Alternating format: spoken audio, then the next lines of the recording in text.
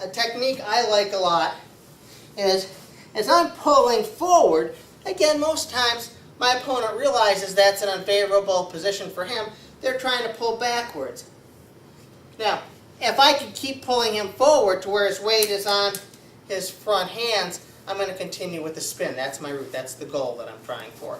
However, if my opponent powers me back, in other words, let's start a little bit forward. I've pulled him forward, but he's bringing me forward, or bringing me forward. I was pulling him forward. Now he's bringing me forward. I'm not in a good position to spin because his weight's back. He's going to lift up with his hand and grabs my leg. No problem. But I want you to notice now, as he's jammed his weight back here, he doesn't have much mobility. I want you to come forward. If I push Colby from this position, he can just kind of crawl back on his knees. He's not jammed up. However, if he's back here, it's much more difficult for him to crawl back. He's not as mobile. Okay? I want to take advantage of that. Now, I'm going to take advantage of that, not based upon him just being there, but me helping him get there. At first, remember, my goal was to pull him forward, and let's say his weight's forward now, but he's a moose, he's pulling back. What I'm going to do from this position, when I've realized I've lost it and I'm really getting sucked into him and his weight is coming back, I'm going to thrust this hand that's palm down deep. And when I do that, I can't just tap his knee. I'm going to do a knee tap here. Notice how high my shoulder is. This is no good for me. When I do this, I want to be deep. Okay, that's crucial. That's one step, or 1 point that's crucial. The next is, as I do this knee tap, I want you to notice my weight comes very hard and heavy on that leg that I'm attacking. I want to load that weight up so heavy that he cannot shimmy back. I want to load him up here so he's stuck here so that when I block him and I drive over, there's going to be so much friction because of the weight, he's going to topple.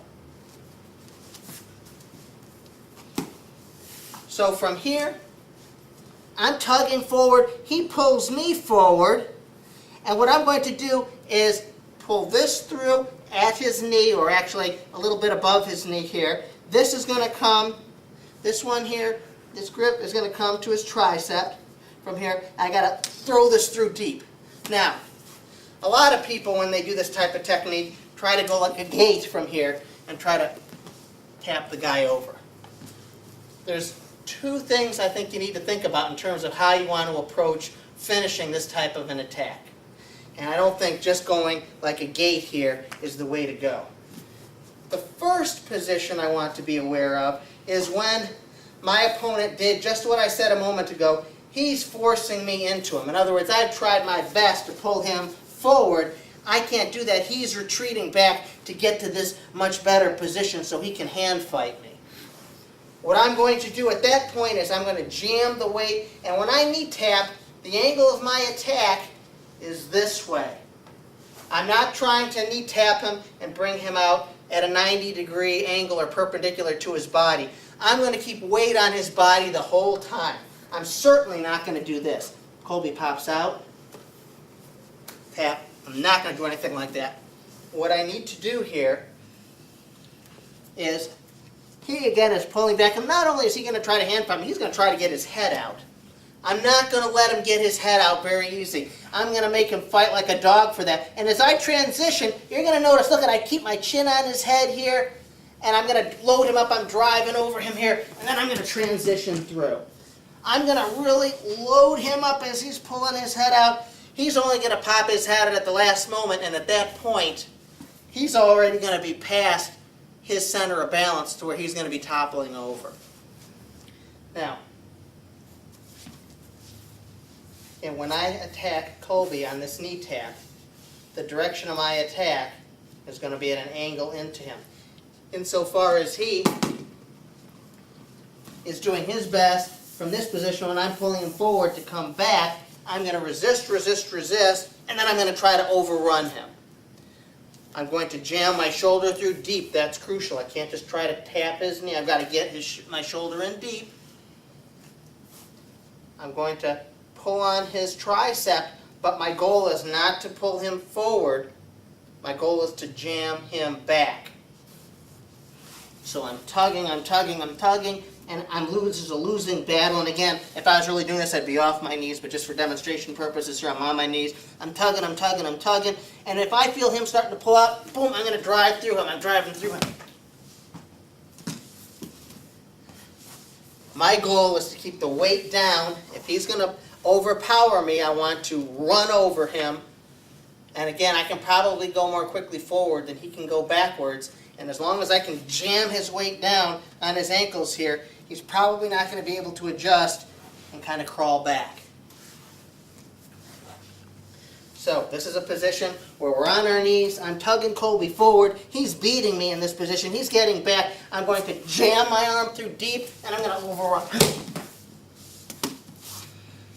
You'll notice I keep my weight on him the whole time.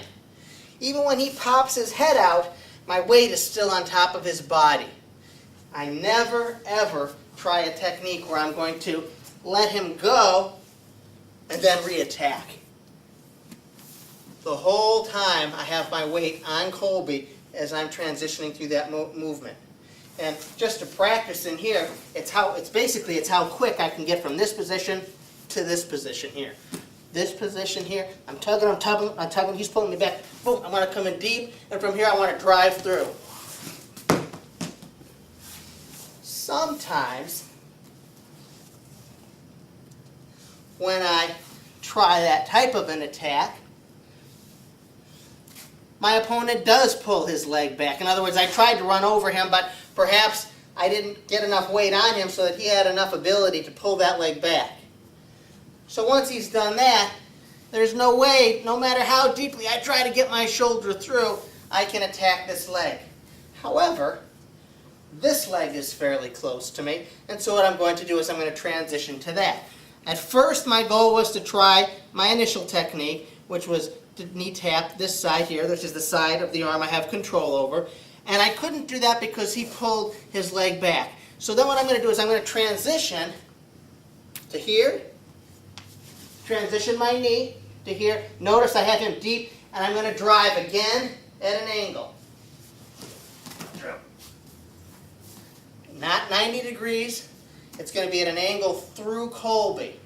So if he pulls one leg back, notice if I pull one leg back, this leg is forward, and also too, while I have a lot of stability forward and backwards right now, I don't have tremendous stability side to side. Now, I'm in this position, I'm tugging, I reach through, Colby pulls back, I transition, watch, I transition my grip and my knees at the same time to here. Now from here, I'm jamming down, and I'm going to roll right through him. Look at, I keep the weight on him the whole time. Again, I'm going through at an angle. I try one side. He pulls that leg back. I transition to this side. And I go in that, basically the same direction my arm is pointed. I'm going to drive through him. So I try one side. I'm tugging. Come through. That leg is pulled back. I transition my grip and my knee. And I jam the shoulder through. I got to jam it underneath. I can't just make a narrow or shallow tap here. I've got to drive it through deep. I've got him tight here. I'm going to drive through. Once more. I'm tugging. I reach here, he pulls back. I come to here, and I drive through. Now, there is an exception to driving through your opponent on the knee tap. Now, let me show you the position where the exception takes place. If Colby, kind of come up a little bit more, if I have the head and arm on Colby in this position, sometimes instead of pulling back, he will be kind of pushing into me. Now, the problem with that, at least from my perspective, is the more he pushes into me, the more distance there is between my hand and his knee. So quite frankly, for somebody that's kind of shorter and just sort of less length like me, this is a little harder. I think for people that are longer, I think this technique works better for. But when I'm in this situation here, and Colby's pushing in, instead, at this point, if I just try to jam into him, notice he's got a post, the angle of this post, for me to drive into him, it's just not very favorable. He's got good mechanical advantage here.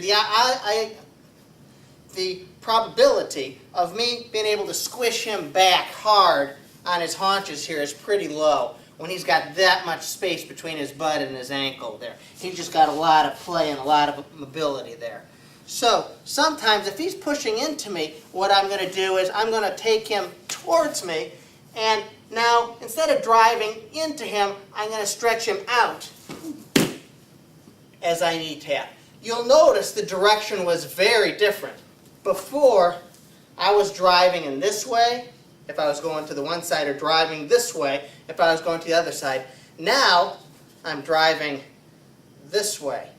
Okay, I'm pulling him forward and I'm stretching him forward and out. This time I am doing more of a gate type movement.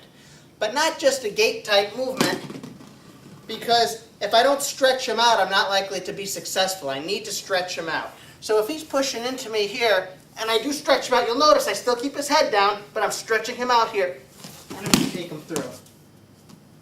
So I'm pulling him forward. I'm getting him from this position, stretching him out, tapping, pressure on his head, tugging this arm, and he'll topple. I'm in this position here. I'm pushing in. He's pushing back. I'm going to tug, and I'm going to give way right away because I want him to kind of come forward. So he's pushing into me. I'm going to tug and come through. Again, kind of a dynamic movement. I'm pushing in. He's pushing into me. I give way, tug at the same time, really pull him out and stretch him out, tap, and I rotate with my shoulder, again, as I'm stretching him forward.